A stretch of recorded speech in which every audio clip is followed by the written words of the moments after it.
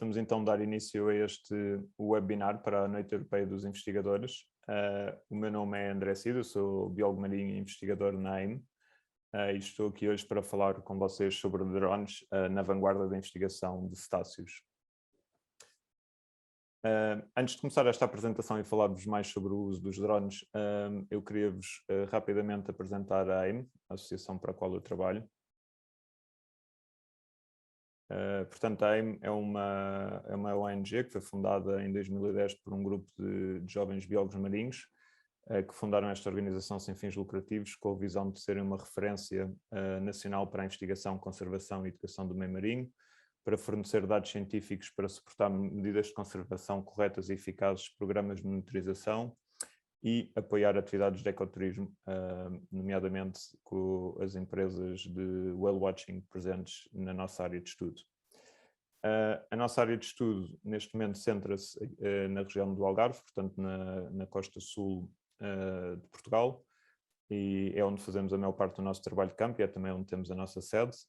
No passado já tivemos outros projetos a decorrerem, por exemplo, em Cabo Verde, e temos como objetivo trabalhar em outros sítios do mundo ou outras localizações do Oceano Atlântico. Estes são os nossos 4 principais tópicos de investigação. Portanto, queremos perceber e estudar a dinâmica populacional de espécies de megafauna marinha, ecologia de megafauna marinha, estudos comportamentais em cetáceos e a caracterização e o melhoramento da atividade turística da observação de cetáceos. Estes são 4 pontos do nosso trabalho, entre outros. Portanto, aqui no Algarve temos a nossa rede de whale watching, do quais somos os coordenadores. Temos as nossas campanhas científicas que decorrem mais ou menos todos os dias, de maio a novembro, onde fazemos aqui saídas diárias no Algarve para a recolha dos nossos dados. Já participámos e organizámos algumas campanhas científicas, quer em Portugal, quer no estrangeiro. Participámos nas campanhas do Mar Bis durante 3 anos, participámos também durante, se não me engano, 3 anos no projeto Sirena, da NATO, e já realizámos mais algumas outras campanhas ou expedições científicas ao largo de Portugal. E depois, claro, também temos uma forte componente de educação ambiental, nomeadamente com as escolas, atividades que fazemos online, como este webinar, entre outros. E agora, queria-vos deixar aqui com um pequeno vídeo sobre a biodiversidade que é possível encontrar ao largo da costa de Portugal continental. E, peço desculpa, e queria-vos apenas mencionar que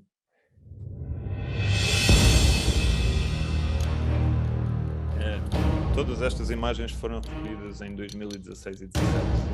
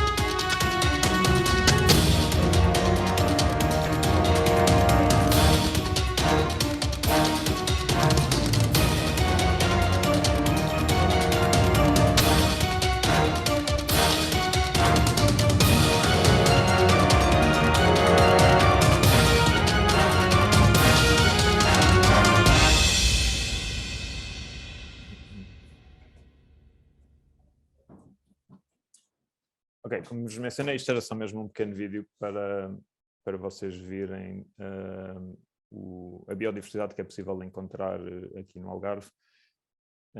Pedro faz aqui uma pergunta: que tipo de plataforma utilizam para registro subaquático? Quase todas as nossas imagens, Pedro, são gravadas com recurso a GoPro. Já tivemos vários modelos a funcionar, mas são quase todas com GoPro, algumas com máquinas subaquáticas fotográficas, mas a maior parte são GoPro. E por acaso eu esqueci de mencionar isso, ainda bem que puseste uma questão agora, Pedro. Se vocês tiverem alguma dúvida, por favor escrevam-na no chat, eu ou respondo no momento, se eu ler, ou então depois no final teremos tempo para discuti-las, para discutir as vossas questões. Bem, vamos então prosseguir e agora sim falar-vos um bocadinho mais sobre os drones como ferramentas de investigação marinha, com cetáceos. Os drones já são usados em diversos setores da nossa economia, bem como no mundo da investigação. Estes são os 4 principais tópicos que nós nos vamos focar na apresentação de hoje. E o primeiro foi uma questão que nos surgiu em 2016, quando queríamos utilizar um drone para começar a recolher imagens para estudos de comportamento e estruturas sociais em golfinhos comuns. Surgiu-nos a questão se seria possível realmente recolher estas imagens com recurso a um drone e quais seriam os impactos que a presença do drone poderia ter nos golfinhos, uma vez que nós queremos, para os nossos estudos, registar os comportamentos o mais naturais possível, portanto tínhamos de testar e de avaliar o impacto do drone nestes pequenos cetáceos nos golfinhos, para assim perceber se poderíamos usar as imagens a seguir. Pronto, e foi assim que nós começámos o nosso trabalho com drones aqui no Algarve, primeiro com a avaliação do impacto que este poderia ter sobre os animais e depois com a recolha de imagens então para estes estudos de comportamento e estrutura social. Vamos também falar um bocadinho brevemente sobre fotogrametria, através da qual conseguimos determinar o tamanho exato do animal com as fotografias de alta definição que conseguimos tirar com os drones, mas também depois com recurso a alguns cálculos trigonométricos conseguimos definir com exatidão, com bastante precisão, qual o tamanho do animal. E a parte final deste webinar de hoje será sobre a recolha de sopros, também com recurso a drones, e esta técnica é extremamente importante, a recolha de sopros, porque nos permite estudos genéticos a nível de hormonas, mas também de microbianos, portanto, que tipo de micróbios e vírus é que podem estar nos animais. E também com a recolha de sopros é a nossa intenção também perceber se isto poderá ser uma alternativa viável à recolha de biópsias. Portanto, se nós através dos sopros conseguimos obter o mesmo tipo de informação e que poderá deixar de ser necessário recolhermos biópsias, que é uma técnica muito mais invasiva para os animais. Portanto, focando-nos no primeiro ponto que vos falei, na avaliação da resposta comportamental dos golfinhos a um drone. Este foi o nosso primeiro projeto e, como vos disse, foi para responder à necessidade que nós tínhamos de perceber um bocadinho melhor qual o potencial impacto destes drones nos golfinhos. E para tal realizámos este estudo com golfinhos comuns e golfinhos roados aqui na costa sul de Portugal, que já foi publicado em janeiro de 2021, tem acesso livre, está aí o DOI se vocês quiserem consultar, ele está de acesso livre na internet. Agora, explicando-vos um bocadinho a nossa experiência e como é que nós resolvemos avaliar este impacto. Portanto, nós resolvemos para este estudo voar o nosso drone a diferentes altitudes e tentar registrar qualquer tipo de alteração no comportamento dos animais a cada mudança de altitude, ou se ela acontecia durante o voo do drone. Escolhemos voar o drone 30 segundos a cada altitude por 3 fatores. O primeiro, porque nós queríamos minimizar eventuais impactos sobre os animais. O segundo, nós consideramos que 30 segundos seria tempo suficiente para medir respostas imediatas nos animais à presença do drone. E o terceiro fator também muito importante, que era o tempo de voo do drone. Nós fizemos este trabalho com um drone já um pouco antigo, face aos drones que temos hoje em dia, que era um Phantom 2, que voava na altura cerca de 13, 14 minutos. E, portanto, o procedimento experimental entre levantar o drone do barco, encontrar os animais, pôr o drone a 50 metros e fazer estes 30 segundos a descer até 5 metros, portanto, que era a altura mínima que nós voámos o drone, requeria mais ou menos 11 minutos e meio, 11 minutos, pelo que, como podem ver, não sobrava muito tempo, margem de manobra, pelo que nós não podíamos mesmo estender estes 30 segundos. Podem ver aqui que o drone foi testado com o golfinho comum e o golfinho roaz. Esta seta indica mudanças de direção, alterações de velocidade e a cauda da baleia são alterações no padrão de mergulho ou no tempo de mergulho. O drone não causou mudanças significativamente significativas, desculpem, no mergulho e velocidade de natação para ambas as espécies amostradas, quer no golfinho guage, quer no golfinho comum. A única diferença significativa observada neste estudo foi a mudança de direção do golfinho comum quando o drone se encontra a 5 metros. Pronto, foi a única realmente mudança que nós registámos, o que indica que o drone em princípio não provoca respostas imediatas quando voado a mais de 10 metros para o golfinho comum ou a mais de 5 metros para o golfinho guage. No entanto, nós, claro que recomendamos muita cautela se voarem drones com animais selvagens ou animais marinhos, e recomendamos talvez nunca baixarem o drone abaixo de 20 metros de altura para assim garantirmos que temos alguma distância de segurança com os animais e eventualmente uma menor interferência com eles. Vamos continuar. Agora vou-vos falar então um pouco sobre os nossos estudos de organização social com golfinhos comuns e da nossa utilização dos drones para este estudo. Portanto, quando nós terminámos o estudo do impacto, começámos a recolher imagens para este projeto de doutoramento que vos falei, em organização social de golfinhos comum, com especial foco em estratégias maternais. E agora vamos ver aqui um vídeo que é exatamente um vídeo completo de um voo que o drone fez com um grupo de golfinhos comuns, e que nós depois usamos estas imagens, que depois são tratadas no computador e de onde retiramos os dados que queremos. Portanto, aqui o drone acabou de levantar do nosso barco e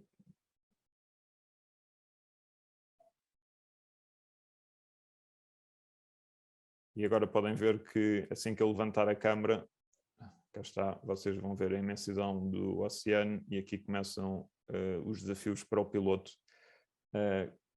que neste momento é encontrar o grupo de golfinhos. Nós estamos no barco, nós vemos os golfinhos, eu sei a direção em relação ao barco onde os golfinhos estão, mas assim que o drone levanta, e eu estou a olhar para um pequeno ecrã que tenho acoplado ao comando, a minha visão é esta, sendo que a qualidade da imagem que eu tinha disponível era muito má na altura, nada comparada com os vídeos que temos em direto hoje em dia. Aqui, nesta imagem, no computador, eu consigo já ver que os golfinhos estão ali, mas neste momento, no terreno, eu ainda não tinha percebido isso. E reparem que eu vou fazer agora, eu virei o drone para a esquerda, para perceber onde é que vinha o barco. Eu sei a posição relativa dos golfinhos com o barco e percebi, ok, os golfinhos estão à proa, só tenho de avançar o drone. E foi assim que os descobri. E agora vão ver que assim que eu os vejo no ecrã, imediatamente baixo a câmera e vou centrá-los. Pronto, a partir deste momento, então começa o nosso focal follow. Nós chamamos estes vídeos focal follow, portanto, em que seguimos um grupo de golfinhos durante determinado tempo, ou o máximo tempo possível, para depois serem interpretados e registados aqui todos, toda uma série de variáveis que já vamos falar. Para usarmos estes vídeos, eles tinham de ter no mínimo 4 minutos, portanto eu tinha de estar 4 minutos em cima dos animais, sem barcos à volta, portanto sem interferência de barcos. Mais uma vez, nós queremos avaliar e interpretar o comportamento natural dos animais, e depois no computador, portanto a posteriori, nós vamos analisar este vídeo, e a cada 30 segundos vamos então ver uma série de parâmetros deste grupo, por exemplo, qual é o tipo de formação em que os animais estão, a coesão, o número de animais, comportamentos, portanto, se há algum comportamento, e aqui quando digo comportamentos, é comportamentos individuais dos animais, portanto, se eles estão a socializar, se fazem belly to belly, barriga com barriga, ou se fazem algum tipo de salto especial, batimentos caudais, etc. Portanto, todos esses comportamentos vão ser registados. Vai ser registado também o número de crias, e lembrem-se que eu vos disse que este estudo era focado nas estratégias maternais. Não sei se vocês conseguem identificar, mas há pelo menos um grupo, um par mãe-cria neste grupo. Por acaso não tem, acho que não tem mais, acho que só tem mesmo um. O drone a esta altura eu devo estar a voar a cerca de 22, 25 metros, porque foi a altura que eu percebi que era já possível distinguir os pares mãe-crias e também vermos mais ou menos, conseguirmos seguir os comportamentos dos animais. claro, eu não queria voar o drone muito baixo para não ter impacto sobre os animais, mas também não o posso ter muito alto, porque senão perco a definição da imagem. E vou-vos agora mostrar, este é o par mãe-cria. Reparem, está aqui um adulto e atrás, coladinho à barbatana dorsal, ou à cauda, vem a cria. Neste momento, se olharem, parece um só animal. Agora vê-se que cresce ali uma caudazinha mais pequena. E, portanto, temos este grupo composto por 15 animais, em que me parece que tem uma mãe-cria e os outros 13 são adultos. Pronto, aqui o nosso barco aproximou-se ligeiramente. Felizmente, podem ver, ele entrou aqui na imagem. Felizmente os golfinhos não interagiram connosco, porque se houvesse aqui uma interação com o barco, o vídeo tinha de ser cortado e nós não poderíamos utilizar. E, portanto, continuamos ainda com os comportamentos deles o mais naturais possível, e parece-me que os animais vão num deslocamento, numa natação lenta. Vemos aqui alguma interação entre a mãe e a cria. Ali também parece uma barriga com barriga entre aqueles dois animais, mas claramente os animais estão muito calmos, estão a nadar devagarinho, o que também me facilitou bastante enquanto operador do drone para este vídeo.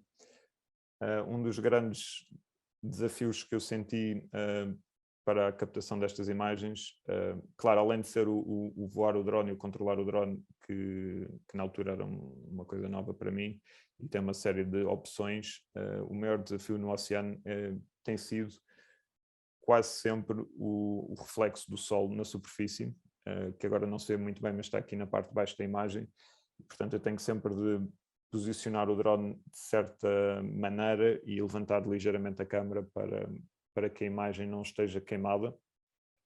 Dependendo da direção que os animais levam, claro, há vezes que é impossível, mas o que eu faço é que posiciono o drone de maneira a que os animais estejam de um lado e o reflexo do sol esteja no outro.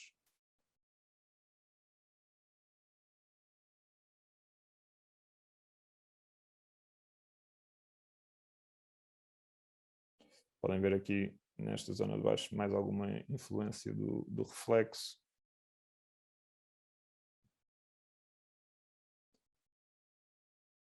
Agora parece que os animais mudaram ligeiramente de direção.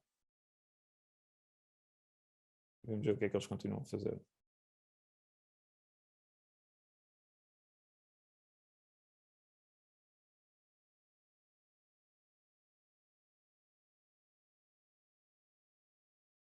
Sim, não houve alterações no comportamento, continuam numa natação lenta. Neste momento também queria sair, está aqui.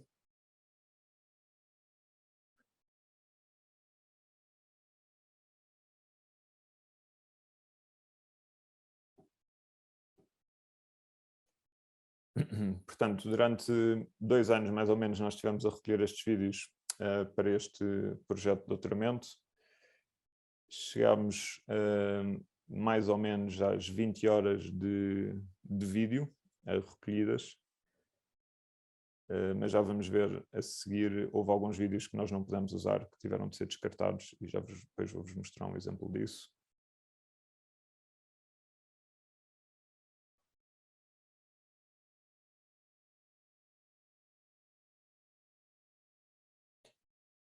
É muito interessante esta perspectiva aérea que nós temos e a capacidade de ver, por exemplo, a distância entre os animais, de medi-la, mas também não só ver o deslocamento do grupo desta perspectiva e as interações dos animais. É realmente uma perspectiva muito favorável para nós, que estamos habituados a estar no barco e observar os animais da superfície do oceano. Esta perspectiva é completamente diferente e abre-nos a porta, dá-nos a possibilidade de realmente fazermos alguns estudos que de outra maneira seriam impossíveis. Por exemplo, nós sabemos que o comprimento de um golfinho comum adulto é cerca de 2 metros, pode ir até aos 2,20 metros, mas assumindo que são 2 metros, nós podemos usar, agora se eu parasse esta imagem, podia usar o tamanho de um golfinho que esteja aqui à superfície, para medir, por exemplo, qual é o espaçamento entre os golfinhos, qual é o comprimento que vai de um lado ao outro do grupo. São dados que para estes estudos de estrutura social e de comportamento são interessantes e que os drones realmente nos dão esta esta possibilidade. Por exemplo, vamos aqui observar estes dois animais a fazer uma barriga com barriga, portanto é um comportamento social. Estes comportamentos até são relativamente fáceis de observar no barco, porque nós vemos uma coisa branca debaixo d'água, que é a barriga do animal, mas há outros que são mais subtis, e tenham atenção que normalmente nós do barco vemos os golfinhos à superfície e apercebemos os comportamentos à superfície, e com o drone nós conseguimos ver estes comportamentos à superfície, mas também conseguimos ver os comportamentos que acontecem imediatamente abaixo da superfície. Uma das coisas que nós fazíamos sempre que voávamos o drone e recolhíamos estes vídeos era também fazíamos uma avaliação da visibilidade vertical, recorrendo a um disco de Seishi, e tentávamos medir exatamente quantos metros vertical é que existiam de visibilidade, para assim percebermos qual seria eventualmente o alcance do nosso drone. E acho que estamos a chegar ao final do vídeo. Eu devia estar mesmo a ficar sem bateria e felizmente o barco estava relativamente perto e agora vamos aterrar. A aterragem era sempre um momento também delicado. Ok, mas hoje, como podem ver, o mar estava muito calmo, havia muito pouco movimento e, portanto, até foi relativamente simples. Portanto, este foi 2 anos do nosso trabalho e da utilização do drone. Dedicámos à obtenção destes vídeos para serem analisados posteriormente. Alguns resultados preliminares, portanto, já analisámos 17 horas de vídeo, num total de 49 vídeos.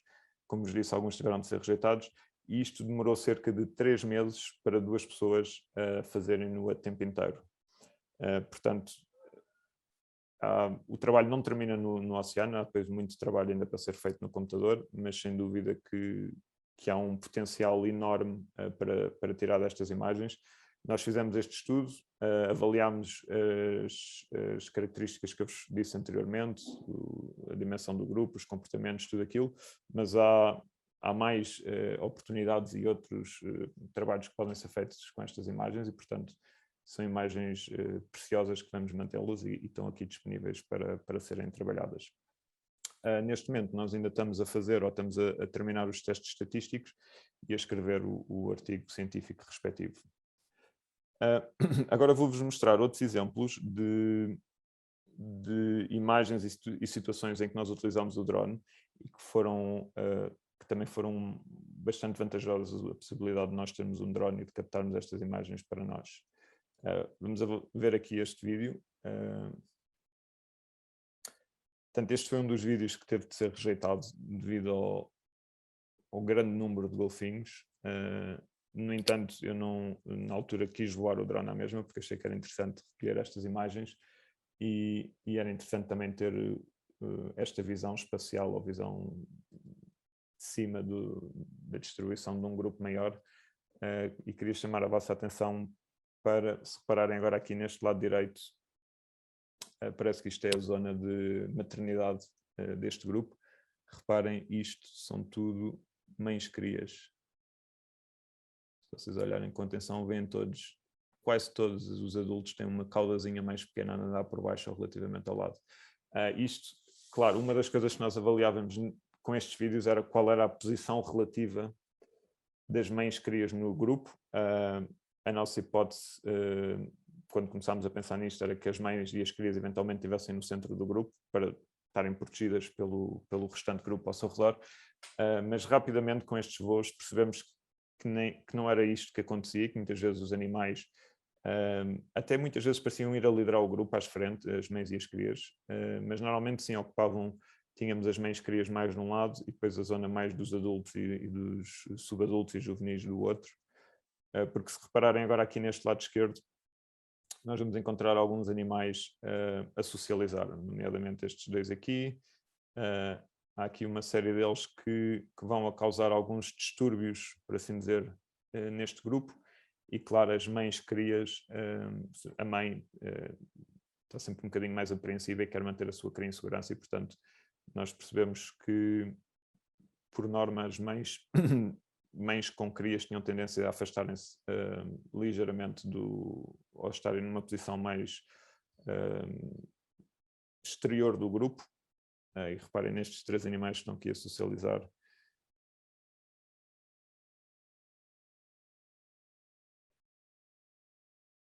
O comportamento geral deste grupo eu diria que é deslocamento, portanto temos os golfinhos, as cabeças e as barbatanas todas orientadas numa direção. Claro que eles estão-se a deslocar, mas pode haver mais do que um comportamento a acontecer, e neste momento temos aqui estes animais que estão-se a deslocar com o grupo, mas estão também a socializar entre eles. Não sei se vocês têm uma ideia de quantos golfinhos é que aqui podemos estar a ver.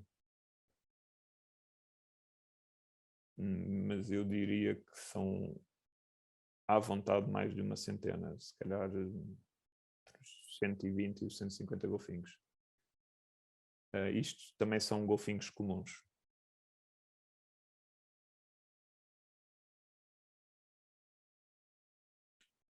Bom, vamos continuar. Agora vou-vos mostrar outras situações, e já não relacionadas com os focal follows e com aqueles vídeos que nós estivemos a fazer para a obtenção desses dados.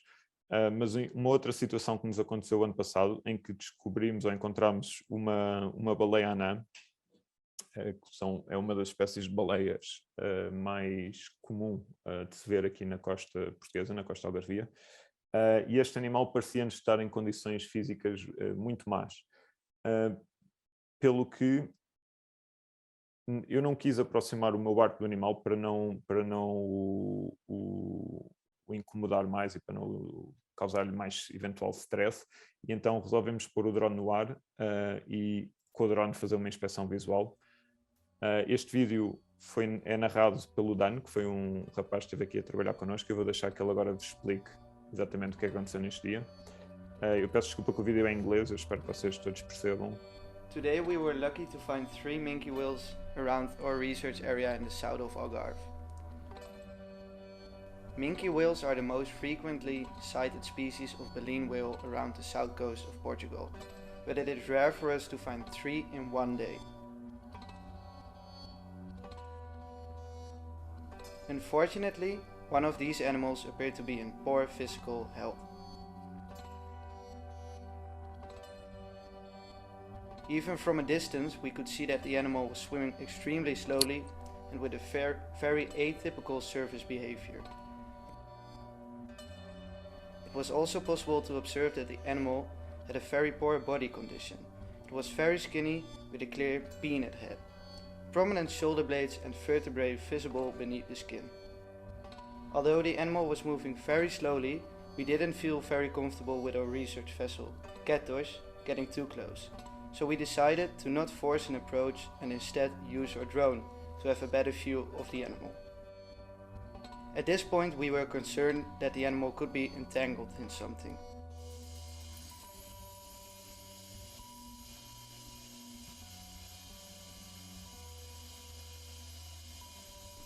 But thanks to our drone, we could safely observe the animal from a close distance and could confirm that the animal was not entangled in any fishing gear.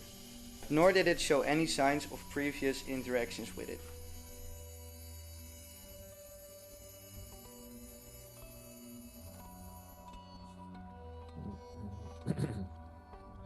Thankfully, this was the first time the AIM team has spotted an animal in this physical condition, and it was very hard to witness this magnificent animal struggling just to swim and breathe. But it was an important reminder for everyone on board Cattosh how fragile the ecosystem is in which these wonderful creatures live, and how important it is for us to help preserve it.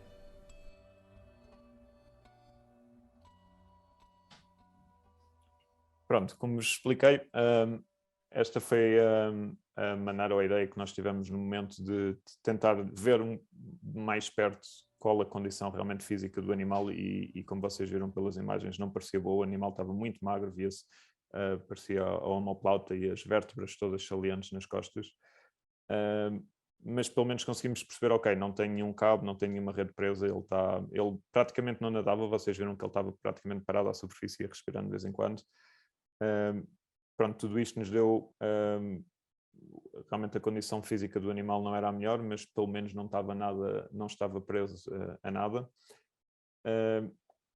Este animal, nós voltámos a encontrar este mesmo animal passado 10 dias, cerca de 4 ou 5 milhas mais para o oeste desta posição onde o encontramos neste dia. O animal nadava um bocadinho nada mais rápido, mas continuava com uma condição física bastante pobre. pelo que não me parece que o animal se tenha safado ou que ainda esteja aqui a nadar no nosso oceano, mas eu vou me manter atento e se o vir, depois darei notícias aqui no vídeo.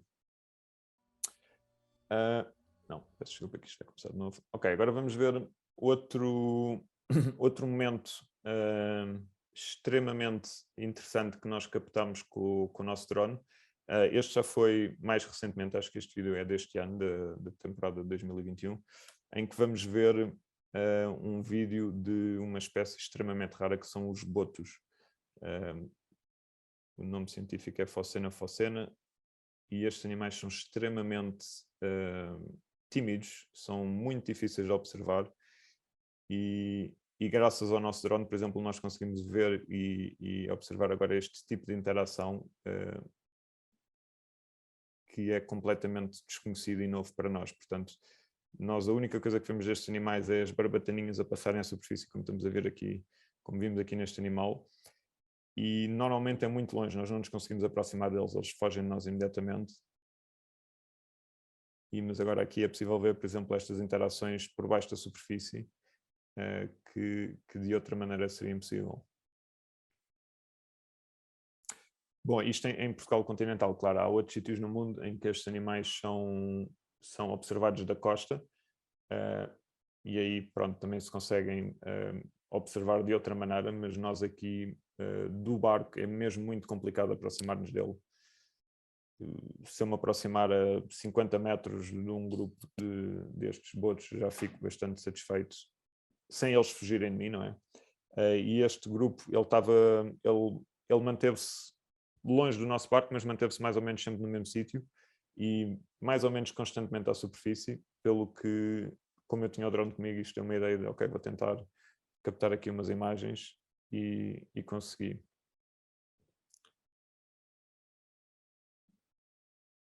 Os botos, para vocês, não sei se sabem, é a espécie de cetáceos que nós temos mais ameaçada em Portugal e tem leis para os protegerem. São difíceis de se observarem. Ok, agora vamos ver aqui outro exemplo, e este com outro tipo de animal. Este é um tubarão-martelo, que é mais ou menos comum nas nossas águas agora no verão, sobretudo quando as águas estão quentes, como é o caso desta semana. E deixa-me mostrar-vos este vídeo novamente. Este foi um exemplar que nós vimos e que também manteve-se durante algum tempo à superfície, que nos permitiu pôr o drone a voar por cima dele e captámos muito boas imagens, não neste exato momento do vídeo, mas um bocadinho mais à frente da cabeça do animal, e que graças a isso conseguimos identificá-lo como um smooth hammerhead shark. E vamos então avançar. Ok, agora vou-vos falar um bocadinho sobre a fotogrametria, que é uma técnica de investigação na qual utilizamos uma imagem de alta qualidade para determinar o tamanho do animal. Para isso nós precisamos saber a altura exata do drone em relação à superfície e com alguns cálculos trigonométricos conseguimos obter leituras muito precisas do tamanho do animal. E é importante perceber o tamanho e a condição corporal do animal, porque isto dá-nos é um indicador muito simples, mas é extremamente preciso sobre a saúde do mesmo animal. Como vocês viram no vídeo que eu vos mostrei da baleia anã, aquela baleia não parecia nada saudável pelas imagens que nós recolhemos. Atualmente os sensores que são montados nos drones comerciais são relativamente precisos, mas não são precisos o suficientes para este trabalho, mas já há algumas equipas que trabalham em fotogrametria, nomeadamente a Ocean Alliance, que desenvolveram pequenos kits, como este temos aqui na imagem, que podemos acoplar no drone e assim já ter valores bastante precisos da nossa altitude para calcularmos isto. No passado, este tipo de técnica de fotogrametria já era utilizado, não com drones, mas, por exemplo, com recurso a pequenos aviões ou helicópteros, mas claro que o recurso a aviões ou helicópteros torna esta metodologia bastante cara e também um pouco mais perigosa, porque envolve voos de helicópteros com pessoas a bordo, E hoje em dia, graças ao drone e ao desenvolvimento que existiu ou que existe nos drones, os investigadores que trabalham com cetáceos têm a capacidade de realizar esta técnica com drones que custam um pouco mais de 1000 euros, perdão, pelo que são ferramentas muito eficazes e relativamente baratas se compararmos, por exemplo, com a utilização de um helicóptero ou de um avião.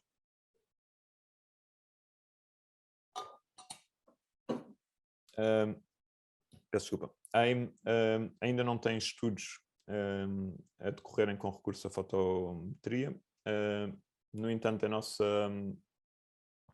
nossa intenção começar a recolher alguns dados oportunísticos, especialmente das grandes baleias barbas que existem aqui nas nossas águas. Mas é do nosso conhecimento que pelo menos há uma equipa científica a fazer estudos já nesta área nos Açores com os cachalotes. Muito bem, continuando e agora passando para outro tipo de metodologia que é bastante usada no estudo de cetáceos, que é a recolha de sopros. É usado esta metodologia já há muitos anos pelos etologistas para a recolha de sopros. No passado isto fazia-se com recurso a uma vara, como podem ver aqui na fotografia à direita ou à esquerda, em que depois esta vara tinha uma espécie de uma plataforma na ponta e esta placa tinha de ser posta em cima do espiráculo do animal para assim poder ser recolhida a amostra do sopro. Claro que para esta técnica ter sucesso, quando usávamos esta vara, o barco utilizado tinha de estar relativamente perto do animal e relativamente perto da cabeça do animal e conseguir permanecer nesta posição até o animal exalar, portanto até o animal respirar. Esta técnica, claro, causava algum impacto e stress no animal, devido à presença muito perto do barco de apoio, bem como podia ser relativamente perigosa tanto para o animal, quer para o barco. No entanto, a recolha de sopros são, como eu já disse anteriormente, são técnicas muito importantes e que têm um grande valor científico, pois dão-nos informações sobre o ADN, sobre as hormonas e sobre eventuais vida microbiana que possa existir na baleia, e todos estes parâmetros são, de novo, excelentes indicadores da saúde e da ecologia do animal. E, portanto, tem grande valor para nós podermos ter acesso a eles. Felizmente, hoje em dia, temos drones que nos podem ajudar nesta tarefa e atualmente é possível a recolha de sopros de baleias ou até de golfinhos com recurso a drones e aos drones comerciais, portanto com muito pequenas, ligeiras adaptações, é possível recolher estes sopros. E face à recolha convencional com recurso à vara, isto é uma técnica muito menos invasiva, mais segura para o animal e para o investigador, é mais barata e parece-me mais fácil de aplicar no campo. E o melhor que tudo é que parece que os animais nem percebem que o drone está ali para recolher este sopro, portanto parece realmente haver muito pouco impacto sobre os animais. Aqui temos duas imagens, a imagem da esquerda de um drone a levantar e a imagem da direita temos aqui um outro tipo de drone a recolher um sopro de um cachalote. Vamos então agora aprofundar aqui um bocadinho sobre esta técnica de recolha de sopros com drones e vou-vos mostrar aqui um vídeo que exemplifica a técnica na perfeição. Portanto, este vídeo foi-me cedido pelo Ocean Alliance.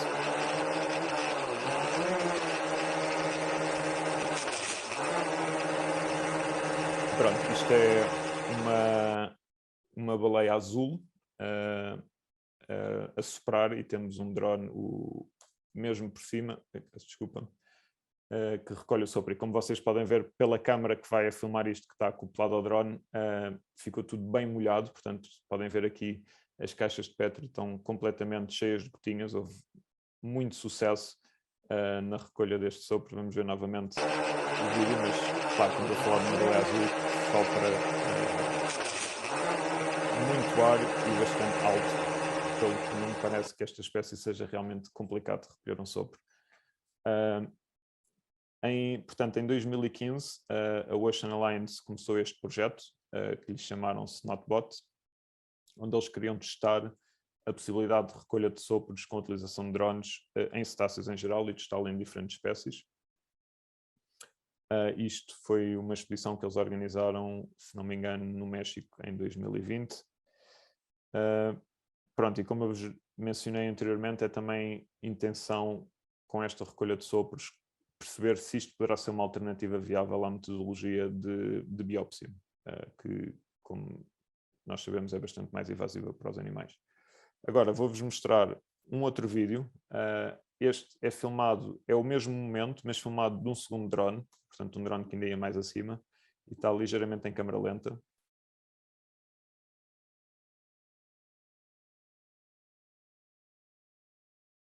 E só vos queria chamar a atenção de um detalhe. Reparem que quando a baleia sopra e o drone passa pelo meio do sopro, reparem como ele abana. E caso vocês não saibam, se calhar não sabem, este drone que está aqui na imagem é um Inspired da DJI e que pesa cerca de 5 kg. Mas isto é só para vocês perceberem a potência do sopro de uma baleia azul que fez um drone de 5 kg e que tem hélices bastante grandes e é muito estável, balançar como vocês viram. Pronto, vou-vos agora falar um bocadinho de uma expedição que aconteceu este ano nos Açores e que teve exatamente como objetivo a recolha de sopros, neste caso de cachalotes, era o objetivo desta expedição. Portanto, esta expedição foi organizada pela Ocean Alliance em colaboração connosco, a AIM, e decorreu durante cerca de 15 dias na última semana de julho, na última de junho e na primeira de julho, na ilha do Faial, e tinha como principal objetivo a recolha de sopros de cachalote. Esta foi a 15ª expedição organizada pela Ocean Alliance, com este intuito da recolha de sopros, e se não me engano, até este momento eles já tinham conseguido recolher sopros de 7 espécies diferentes de cetáceos, de baleias, ou de 6 de baleias e de orcas, porque eles também já tinham recolhido de orcas. E pronto, o grande objetivo era recolher sopros, mas também perceber se esta técnica poderia ser usada com cachalotes e caso, e caso pudesse ser usada com cachalotes, de desenvolvermos um protocolo experimental. E porquê é que nós tínhamos esta questão do poder ser usado com cachalotes? Porque, e vocês podem ver isto aqui nestas duas imagens, o sopro do cachalote tem características muito próprias. Portanto, aqui podemos ver duas situações completamente distintas. À esquerda temos o sopro de uma baleia sardinheira, em que, como o sopro típico de uma baleia de barbas, é alto, completamente direcionado para cima e por isso bastante vertical. Do lado direito temos o sopro de um cachalote. Esta é a zona da cabeça, isto é a barbatana dorsal e a cauda do animal estaria aqui. E vocês veem que o sopro deste animal não é vertical, ele parece ter um ângulo, portanto não é completamente vertical, tem um ângulo. E aqui na fotografia não se percebe porque nós estamos de lado em relação ao animal, mas o animal sopra para a frente e para a esquerda. E porquê é que isto acontece? Porque o cachalote tem o seu espiráculo, ou o nariz, por assim dizer, numa posição única, comparado com os outros cetáceos. O espiráculo está à frente da cabeça, no topo, mas do lado esquerdo. E, portanto, o animal, se nós estivermos a ver o animal por trás, o animal vai soprar assim, nesta direção. E, portanto, isto criou-nos um desafio, um grande desafio para esta expedição, e que até nós irmos para o mar e até pormos o drone no ar com os cachalotes, tínhamos esta dúvida: será que eles vão soprar alto o suficiente? Será que nós vamos conseguir recolher amostras ou amostras com quantidade suficiente para depois poderem ser analisadas ou enviadas para o laboratório? Mas já vamos ver os resultados. Portanto, em teoria, isto parece mais ou menos fácil, apesar de termos esta questão prática do sopro dos cachalotes ser muito distinto das restantes baleias. E agora vou-vos explicar mais ou menos como é que esta experiência e como é que esta expedição se procedeu. Portanto, nós estivemos nos Açores, estivemos no Faial a trabalhar no Grupo Central. Não sei se vocês têm ideia, mas nos Açores eles usam observadores em terra, chamados vigias, e são pessoas ainda alguns do tempo da caça à baleia, que estão em terra, em determinados pontos altos, a olharem para o oceano e a verem onde é que os animais estão, e por assim dizer, eles guiam os barcos para os animais. E portanto nós estivemos lá, alugámos um barco e claro que também tivemos a trabalhar com os vigias e eles levavam-nos para zonas onde havia cachalotes. Aqui vamos ver um pequeno vídeo do nosso drone a levantar do barco. E agora reparem como o barco está a abanar ligeiramente, mas o drone levanta sem problema. E ele aqui vai para o cachalote. Agora, vamos ver outras imagens, ou um outro vídeo captado pelo drone durante a recolha de um sopro. E queria-vos dizer, ou queria-vos chamar a atenção para o facto disto ser a visão do piloto ou do operador do drone.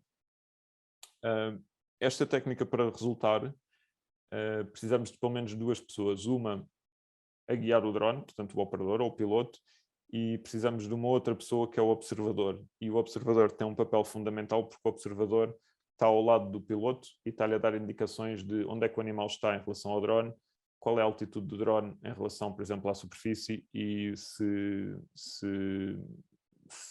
vêm ondas, por exemplo, porque nós temos de baixar o drone, que dependendo da altura da vaga, as vagas podem tocar nos drones, pelo que é preciso alguém a ver de fora para poder avisar quem está a comandar o drone neste momento.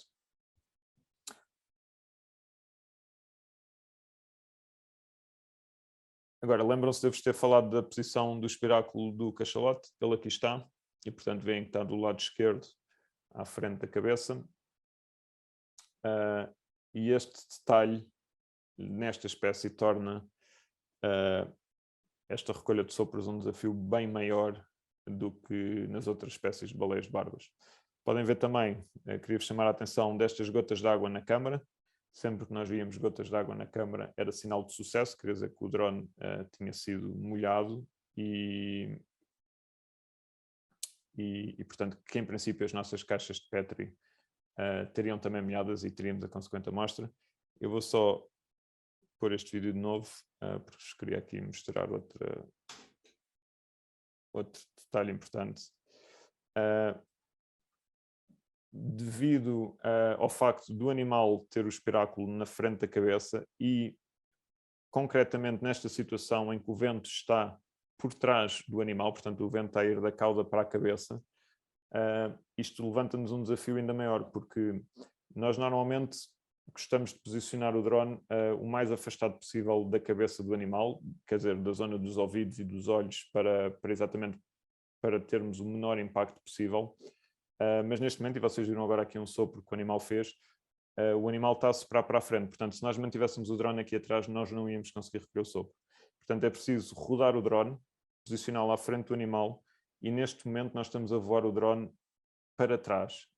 E isto torna-se bem mais complicado para o piloto, porque neste momento o controle no comando é inverso. Portanto, se eu quero que o drone vá para a esquerda, eu tenho de lhe dar um toque à direita, e vice-versa, o que torna isto muito mais complicado.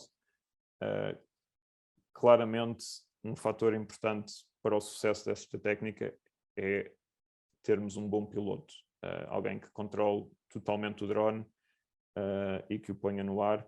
E queria também vos chamar outra atenção para este facto. Agora o drone está a regressar ao barco e nós não estamos a ver o barco porque o drone está a voar de costas. E nós fazíamos isto para tentar maximizar a amostra que se mantinha na caixa de Petri, porque se nós voássemos de frente, íamos ter mais vento a passar na caixa de Petri e eventualmente ia fazer as gotas caírem ou secarem, pelo que sempre que recolhemos uma amostra, o drone voava de costas para o barco.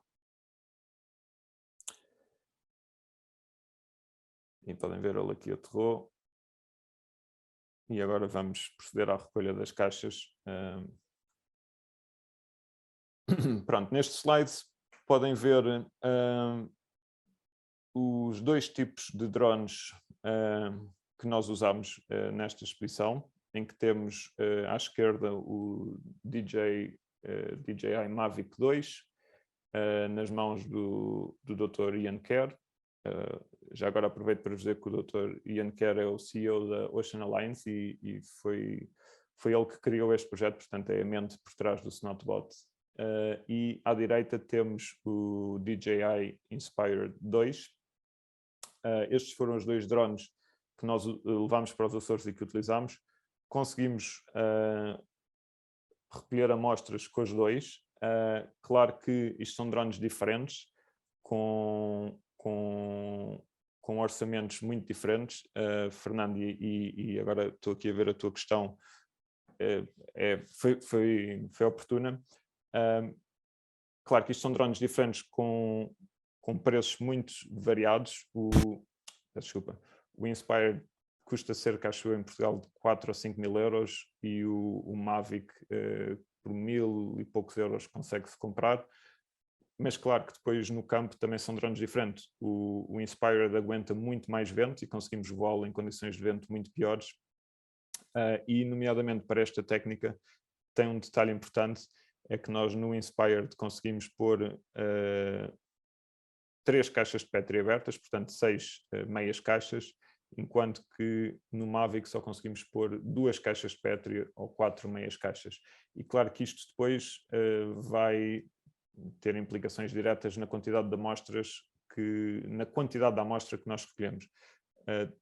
Quero-vos também salientar que quando o drone chega ao barco e traz estas 6 caixas úmidas, estas 6 caixas vão fazer uma amostra, portanto isto depois vai ser processado em casa, em que nós raspamos as caixas todas e juntamos o líquido todo que nela se encontra num pequeno tubinho e que depois será enviado para o laboratório para ser testado. Também e portanto, só para terminar, a Ocean Alliance o que fez foi que eles desenharam e imprimiram em impressoras 3D estas perninhas aqui que vêm acopladas ao drone, e depois com um bocadinho de velcro as caixas são coladas na ponta.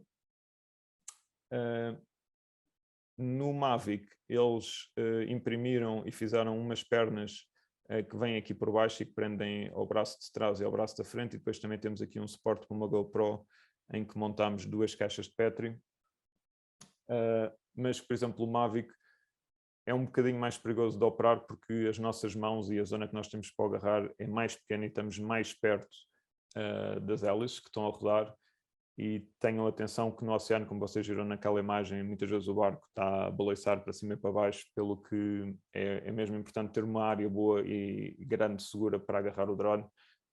No Mavic, que é o drone que eu também uso agora aqui em Portugal continental, eu já notei isso. Faço, por exemplo, ao Phantom, que é um outro modelo que eu usava anteriormente, em que tinha pernas muito grandes e era relativamente seguro de o agarrar para o libertar ou para o aterrar. O Mavic é um bocadinho mais, causa-nos mais alguns desafios. E, claro, eu já vos falei disso, do vento, mas nós tivemos alguns desafios nesta expedição nos Açores, nomeadamente o tamanho da vaga, que muitas vezes estamos a trabalhar em vaga de 1,5 m, 2 metros ou até maiores. A força do vento, e a força do vento não só dificultava voarmos os drones e a estabilidade dos drones, mas também fazia com que o sopro dos cachalotes fosse cada vez mais baixo em relação à superfície. E tudo isto foram coisas que nós tivemos de superar para conseguirmos as nossas amostras tão preciosas. Mas eu diria que a vaga e o vento é um obstáculo, mas é transversal às espécies de baleias e de golfinhos em geral. Já a posição do espiráculo ou o comportamento da espécie, esse sim já é mais específico de cada espécie, e, por exemplo, com os cachalotes nós percebemos que o comportamento também poderia ser um problema, muitas vezes, quando os animais estavam a socializar, em que estavam mais imprevisíveis à superfície, que faziam mais shallow dives ou mergulhos pouco profundos, mas que depois saíam em sítios que eram mais difíceis para nós de prever. Percebemos que não resultava tão bem fazer esta recolha de sopros, e os comportamentos, ou o comportamento com o qual nós preferimos trabalhar e que se mostrou mais proveitoso, foi quando os animais estão em alimentação. E porquê? Porque os cachalotes nos Açores têm uma alimentação muito específica ou característica, eles alimentam-se a grandes profundidades, já foi estudado e sabe-se que eles alimentam cerca entre os 800 e os 1000 e 1100, 1200 metros de profundidade, e claro que para isto os animais têm de mergulhar durante algum tempo, 40, 45 minutos ou até mais, ficam debaixo d'água, estão lá a caçar calmamente, a alimentarem-se, e depois vêm à superfície.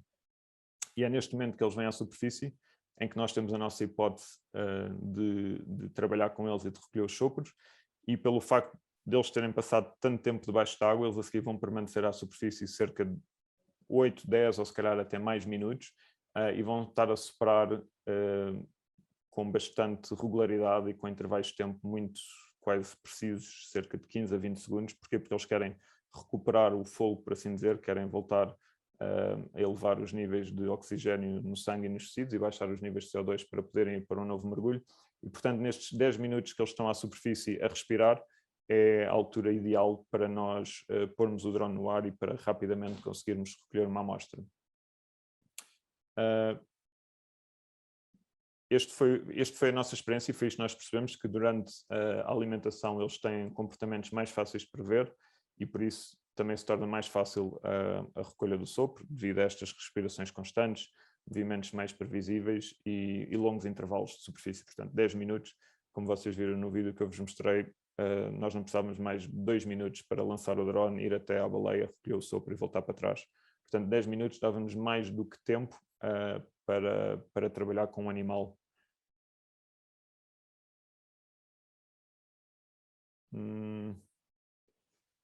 Fernando faz-me aqui outra questão. Quando pesam estas caixas petromilhadas? É uma boa questão, Fernando, mas eu não tenho a resposta para ela, não sei dizer. O que eu posso dizer é que estas caixas são de plástico, portanto elas são extremamente leves, e apesar de, sobretudo no Mavic, nós notarmos que elas fazem algum atrito ao drone, não notamos uma redução do tempo de voo. Ou pelo menos nunca foi um problema, porque como vocês viram, a recolha, o voo era relativamente rápido, portanto era ir e vir quase 2, 3 minutos, e nós com uma bateria conseguimos fazer vários voos, e claro que tínhamos várias baterias à nossa disposição e carregadores para manter, temos sempre baterias carregadas, totalmente carregadas, para continuarmos a trabalhar. Bom, vou-vos agora mostrar aqui duas pequenas filmagens que eu fiz durante os nossos trabalhos. Este foi um dia em que, como podem ver pela cor do céu, o tempo estava bastante bom. O primeiro vídeo que temos aqui... Our drone is just landing for another not sample. Yeah, good sample. Ok, podem ver o excitamento a bordo assim que vimos que a amostra estava boa. Este dia estávamos a trabalhar ao norte do Pico, entre o Pico e São Jorge, e estava um mar de cachalotes à nossa frente, eram cachalotes quase a perder de vista. E aqui vamos ouvir agora o Dr. Ian So Kerr. we're in one of those calm moments right now. It's pretty funny because it's almost like we have a fire drill. We're sitting here waiting, the equipment is ready, the drones are ready, but the whales are down. And suddenly a whale can surface from any direction and everybody jumps into their role. The drone dishes, the dishes are put on the drone, it's prepped, we get out there. The whales have been flying downwind today, which is actually harder for the pilot because the pilot has to fly backwards while looking at the whale. But we're getting it done, and it's exciting, but it's amazing. Someone will shout whale and then everybody is like gone to the wind to their different role. E eu por acaso parei a gravação aqui, mas segundos após este filme, alguém gritou baleia lá de cima do flybridge e todos nós corremos para as nossas posições e pusemos o drone no mar e fomos recolher mais um sopro.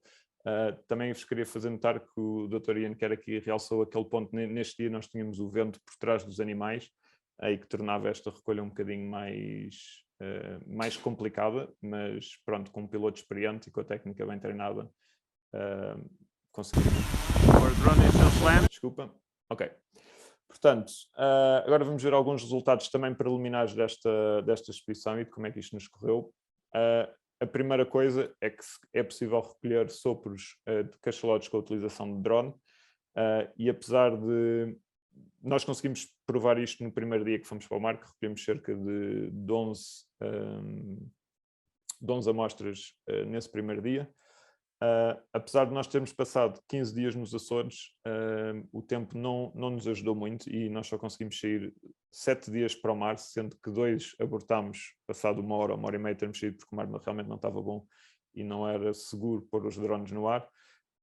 Mas neste total de 5 ou 6 dias de mar em que conseguimos trabalhar, recolhemos 65 amostras, recolhemos 61 amostras de cachalotes e depois conseguimos recolher 2 outras espécies que literalmente apareceram-nos à nossa frente e nós não quisemos desperdiçar a oportunidade. Uma de uma baleia sardinheira e outra de uma baleia de Bride, que é um animal relativamente raro e uma espécie mal estudada a nível mundial.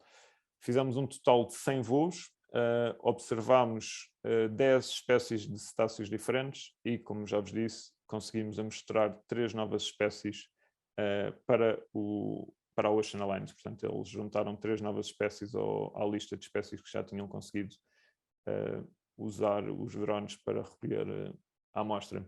Aqui nesta imagem podem ver as nossas caixas de Petri bastante aqui com umas bolinhas. Isto tudo é o sopro da baleia, portanto este era aquilo que nós queríamos ver. No entanto, muitas vezes também recolhíamos sopros que nós dizíamos que era uma amostra seca, portanto a caixa de Petri não parecia estar molhada, porque não foi...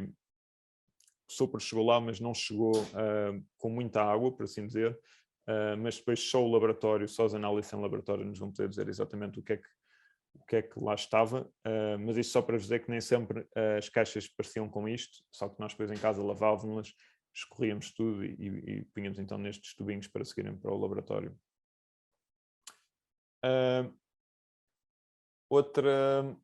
Outro facto que nós registámos durante esta expedição em relação às respostas comportamentais dos cachalotes com o drone, notámos algumas potenciais reações de comportamentos, mas apenas em um número muito reduzido de animais, e todas estas respostas seguiram mais ou menos o mesmo padrão, onde os animais rolaram de lado para de alguma maneira poderem observar o drone antes de regressarem ao seu comportamento original que tinham antes do voo. E portanto estas respostas parecem-nos mais respostas de curiosidade do que propriamente uma resposta de alarme por parte do animal. Mas queria deixar aqui uma nota que estas conclusões, ou isto que eu estou agora aqui a dizer, foram feitas com as imagens que nós captámos ou com aquilo que nós observámos em direto e com as imagens que estávamos a captar no momento. Nós ainda não fizemos uma análise de todos os vídeos das recolhas de sopros, é uma coisa que ainda vamos fazer, e aí sim se calhar vamos poder tirar conclusões mais precisas sobre este assunto. Portanto, isto que eu vos estou a dizer foram observações feitas diretamente no campo. Também registámos algumas interações com plástico. Tivemos 3 situações, 2 com cachalotes, e graças ao drone, porque estávamos a voar o drone neste momento com o animal, conseguimos ver estas interações e foram um pouco alarmantes e até não é más, é mesmo alarmantes de serem vistas, porque o animal estava literalmente a investigar e a brincar com pedaços de plástico. Isto aqui parecem embalagens de detergentes, ou eu não sei bem o que isto é. Nós estes 2 pedaços de plástico nós não os conseguimos recolher, mas a outra situação que não está aqui exemplificada, o animal estava a brincar com um couve daqueles, parece uma garrafa gigante que é usada para a pesca do polvo, e o animal dava-lhe com a cabeça, mordia-o, rodava com ele na boca. Felizmente ele largou e afastou-se, e nós depois fomos lá e recolhemos o polvo e tirámos-lo do oceano, mas foi graças ao drone que nós conseguimos ver este tipo de interação e perceber que realmente o animal estava ali a interagir com alguma coisa, e depois percebemos que era concretamente um bocado de plástico, ou no caso desta imagem, 2 bocados de plástico que estavam aqui. Num outro avistamento que tivemos de golfinhos de riso, vimos um animal passar com um bocado de plástico que nos parecia um saco de plástico enleado na sua barbatana dorsal. Nós não conseguimos perceber se os animais estavam a brincar com este plástico ou se por isso simplesmente nadaram ao pé dele, ou passaram por ele e este golfinho ficou preso. Mas depois conseguimos também com o drone voar sobre o golfinho, e mais tarde percebemos que felizmente este pedaço de plástico se tinha solto, e que o golfinho já nadava livremente. E também não conseguimos encontrar depois este pedaço para ser recolhido. Vou-vos agora mostrar, e estamos já na fase final deste webinar, vou-vos mostrar aqui mais uma situação para vocês perceberem o potencial claro que existem dos drones na investigação marinha, nomeadamente com cetáceos. Portanto, esta é uma imagem da baleia de Bride, que eu vos disse que era uma espécie relativamente rara e de difícil identificação. E ela é de difícil identificação porque esta baleia distingue-se das outras que são-lhe similares, nomeadamente a baleia sardinheira, pelo número de sulcos que tem nesta zona da cabeça, portanto, desde o espiráculo para a frente. A baleia de Bride tem 3 sulcos, ok? E, por exemplo, a baleia sardinheira só tem um sulco central. Esta foi a melhor foto que eu consegui tirar com o recurso a uma câmara fotográfica durante o tempo que esta baleia esteve ao pé de nós, da baleia. E, por acaso, não está muito boa, mas está boa o suficiente para se poder identificar a espécie. Portanto, realmente está aqui o sulco central e está aqui este outro lateral. Claro que durante este momento o nosso objetivo não era pôr o barco em posição para fotografar a cabeça da baleia de todo, porque senão podíamos ter feito um outro tipo de esforço para posicionar o nosso barco e obtermos uma foto melhor, mas não foi fácil, porque este animal estava a navegar bastante rápido, estava a navegar contra a vaga, e soprava uma vez e mergulhava cerca de 7 minutos até soprar novamente, pelo que não era fácil de o seguir e de manter o barco em posição. E agora vou-vos mostrar o vídeo da recolha do sopro que nós fizemos. Pronto, e isto é um vídeo relativamente rápido, eu vou passá-lo novamente.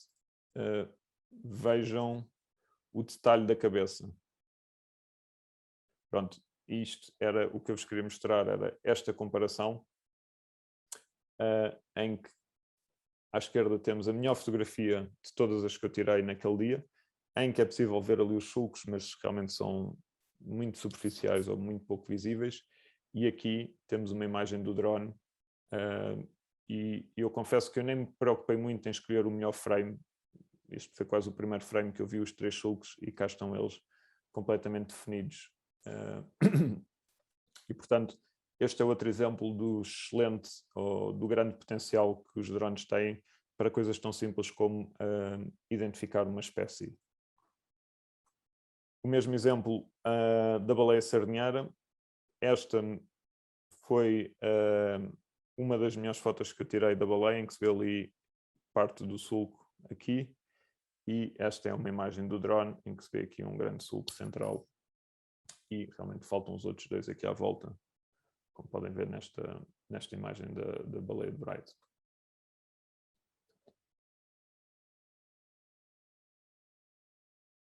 E aqui a comparação das 2 baleias, para vocês verem. E estas são as 2 espécies que... Ou por outra, a baleia de Bride, a baleia da esquerda, é muito confundida com a baleia sardinheira. que é relativamente mais comum nos nossos oceanos, e elas, em termos de tamanho, coloração, comportamento, são relativamente parecidas. Distingue-se exatamente por este detalhe na cabeça, que pode ser bastante complicado de ser observado no oceano. E agora, para terminar, gostaria de vos fazer aqui um pequeno resumo do que, no nosso entender, são os prós e contras desta nova ferramenta que são os drones para a investigação marinha. Portanto, pela utilização que lhe temos feito e pela literatura que existe, parece que o drone causa pouco impacto nos animais, e o facto de nós estarmos lá com o drone e não ser preciso, por exemplo, a presença de uma outra plataforma de observação, nomeadamente um barco de investigação junto dos animais, realmente diminui o impacto sobre o grupo.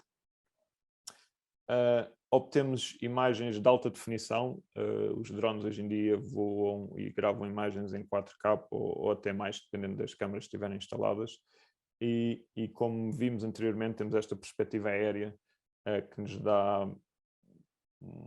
dá um ponto de vista de observação muito favorável e novo para a ciência.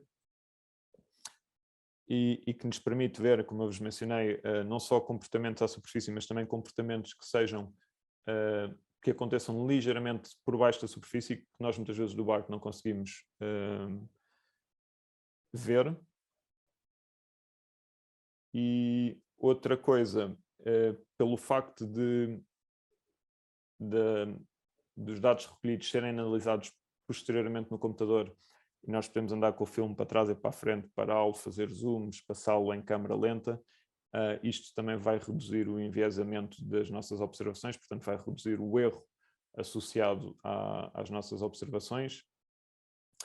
E, como eu já vos disse anteriormente, considero-os relativamente fáceis e pouco dispendiosos de serem utilizados no campo. Portanto, são field-friendly, são realmente excelentes ferramentas para serem usados no campo. Em relação aos contras, nós identificamos como sendo uma nova tecnologia, ainda tem algumas limitações, ainda há partes que estão a ser mais desenvolvidas ou que ainda não estão no seu total potencial, nomeadamente as baterias. Hoje em dia os drones estão muito melhores. Por exemplo, o primeiro drone que nós usávamos o Phantom 2, voava cerca de 14 minutos. O Mavic 2 que eu uso agora, acho que eu nunca voei, mas acho que ele chega até 30 minutos, consigo fazer voos de 30 minutos, o que é uma grande diferença. Mas outra desvantagem que tem é, por ser uma tecnologia nova, são algo dispendiosos na sua aquisição. Eu acho que são algo dispendiosos na sua aquisição, não na sua utilização, mas sim para comprarmos um drone, parece-me que é bastante. É necessário um piloto qualificado, portanto, e experiente, e hoje em dia em Portugal continental já há regras e há um enquadramento legal para uma pessoa poder voar um drone, e nem estou a falar de animais selvagens, porque para voarmos drones com animais selvagens, nomeadamente com cetáceos, temos de ter uma licença especial do ICNF para o fazer. E outro contra que nós identificamos aqui é o grande volume de dados que sai de um dia de mar em que estamos a trabalhar com drones, e o grande volume de dados pode ser em horas que depois vamos passar para os estudar e para realmente tirar os dados de lá. O armazenamento, precisamos de discos externos bastante grandes para armazenar os vídeos todos que fazemos em 4K ou em 2K ou mesmo só em HD, mas que, como nós sabemos, são bastante pesados em termos de tamanho. Mas acho que podemos afirmar que os drones são excelentes ferramentas para o estudo de cetáceos no oceano e que claramente nos estão a abrir portas e possibilidades a fazermos metodologias e a testarmos coisas que no passado não eram possíveis. E pronto, aqui termina a minha apresentação. Espero que tenham gostado, e se tiverem alguma dúvida, por favor escrevam no chat que podemos agora falar sobre elas um bocadinho.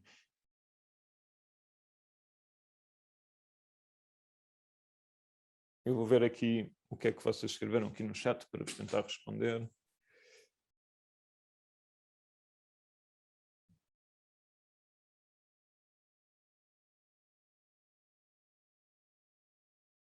Ok, o Pedro pôs-me aqui uma questão sobre a observação da alteração do comportamento. Será devido ao ruído ou os animais terão alguma percepção visual, por exemplo, pensando tratar-se de um predador? Sim, eu acho que é a segunda hipótese que tu levantas. Ou até pode ser só mesmo eles não se sentirem-se confortável com algo que ali está em cima. Mas em relação ao ruído, já foram feitos alguns testes com hidrofones na água e apesar dos drones serem extremamente ruidosos para nós, são sons de alta frequência, estes sons não se ouvem debaixo d'água, portanto o som não passa da superfície, pelo que nós pensamos que quando os animais estão dentro d'água eles não ouvem o drone. Claro que se eles saltarem e passarem a cabeça de fora d'água, naquele breve momento que eles estão fora d'água podem não ouvir, mas nós achamos que não é o ruído que eventualmente pode interferir com eles, mas sim o facto de terem uma sombra e uma coisa a voar por cima deles, apesar de muitos, ou quase todas as espécies de cetáceos estarem habituados a terem aves marinhas à volta, e as aves marinhas são mais ou menos do tamanho de um drone, claro que têm comportamentos e tipos de voos um bocadinho diferentes.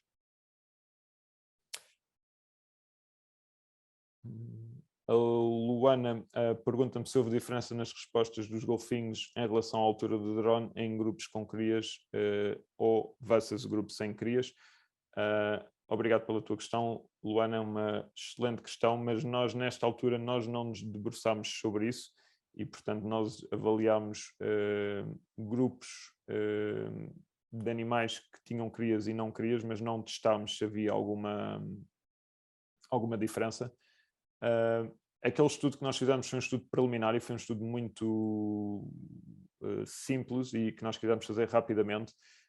Claro que nós gostávamos de continuar aquele estudo de impacto e por exemplo, eu não me aprofundei muito nessa parte, mas seria interessante fazer voos com o drone em outro tipo de comportamentos com os animais. Portanto, nós observámos-los maioritariamente em deslocação, ou socializar, ou alimentarem-se. E seria muito interessante, por exemplo, voar o drone quando os animais estão a descansar. Há estudos já feitos há muitos anos atrás com estudos aéreos para pequenos aviões que dizem que os animais tendem a ter mais reação, a responderem mais quando estão em descanso do que quando estão em outro tipo, qualquer outro tipo de comportamento. Seria também interessante para nós testar mais vezes com mais animais, não com mais animais, fazer mais replicados de cada espécie e também, se possível, incluir outras espécies. Nós só testamos isto com o ruaz e com o golfinho comum, que são os animais que são mais fáceis para nós de encontrar ao largo aqui na nossa área de trabalho no Algarve, em que quase todos os dias saímos para o mar, encontramos ou uma espécie ou outra, ou as duas, mas são, por assim dizer, é o que se vê aqui quase diariamente no Algarve. Mas sim, mas seria interessante testar isto com crias sem crias. Se calhar os animais com crias vão estar as mães um bocadinho mais apreensivas e eventualmente mais nervosas, mas não temos esses dados, não te sei responder. O Pedro depois pergunta-me a que distância da costa costumam fazer a monitorização com o drone.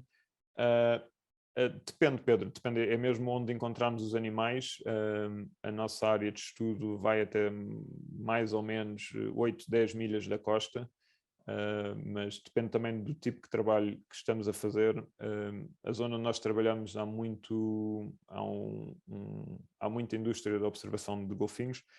Quando nós queremos fazer os nossos estudos de comportamentos, nós temos de estar sozinhos com os animais, em que não podemos ter outros barcos à volta, porque os barcos vão alterar, e portanto muitas vezes nessas situações nós tínhamos de ir um bocadinho mais longe da costa para áreas em que os barcos de observação de cetáceos não iam e nos permitiam assim estar sozinhos para recolhermos os dados que precisamos, mas portanto a distância pode ser, eu diria, desde 1 milha da costa, de vez em quando temos grupos de quase muito perto da costa, até cerca de 8, 10 milhas para fora.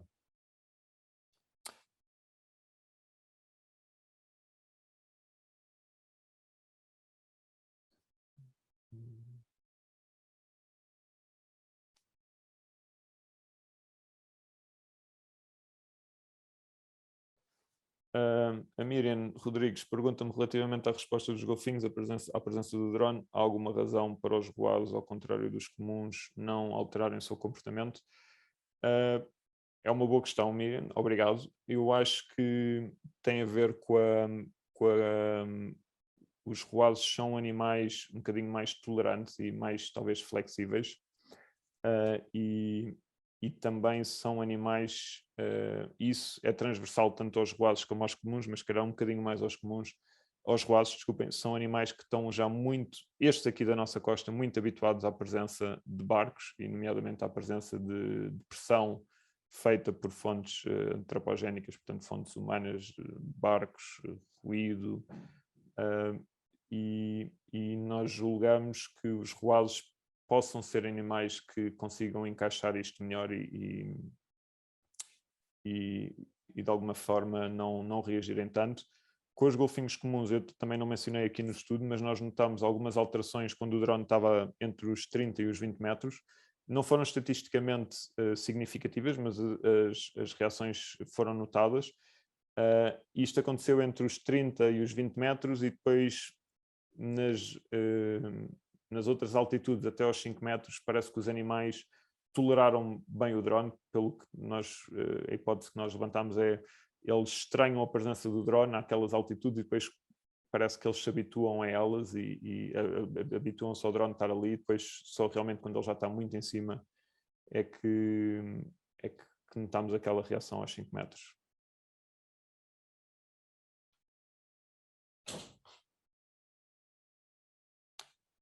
Ok, tenho aqui uma última questão.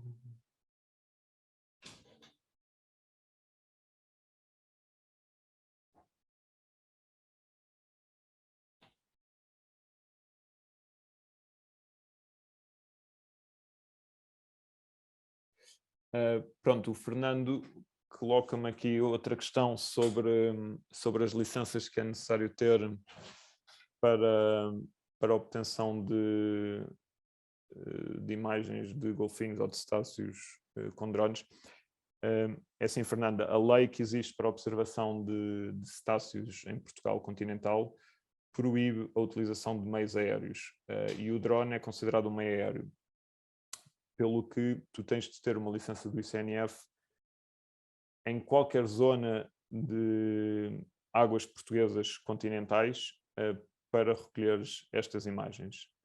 E isto é independente de estares dentro de um parque natural, que aí sim tu sabes que já precisas também de uma autorização do ICNF, mas basicamente precisas de uma autorização para voar e para recolheres audiovisuais de cetáceos.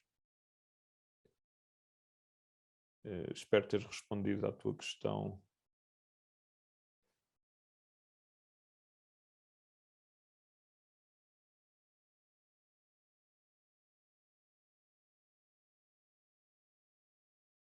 Pois, exatamente. Tens de ir para águas internacionais para não precisares de licença de ICNF. Mas também é assim, se tu lhe pedires e se tiveres um fundamento, não vejo motivo porque eles não te darem. E eu vou-vos dizer uma coisa, aqui no nosso trabalho que nós fazemos, e diariamente, quase todos os dias estamos lá fora com os animais, e muitas vezes estou com os animais e estão barcos do whale watching à minha volta e eu vejo muitos drones levantarem dos barcos do whale watching. Muitos destes drones são de turistas e eles voam os drones sem qualquer tipo de controle com os animais e pronto, falta algum reforço da lei aqui nas nossas águas.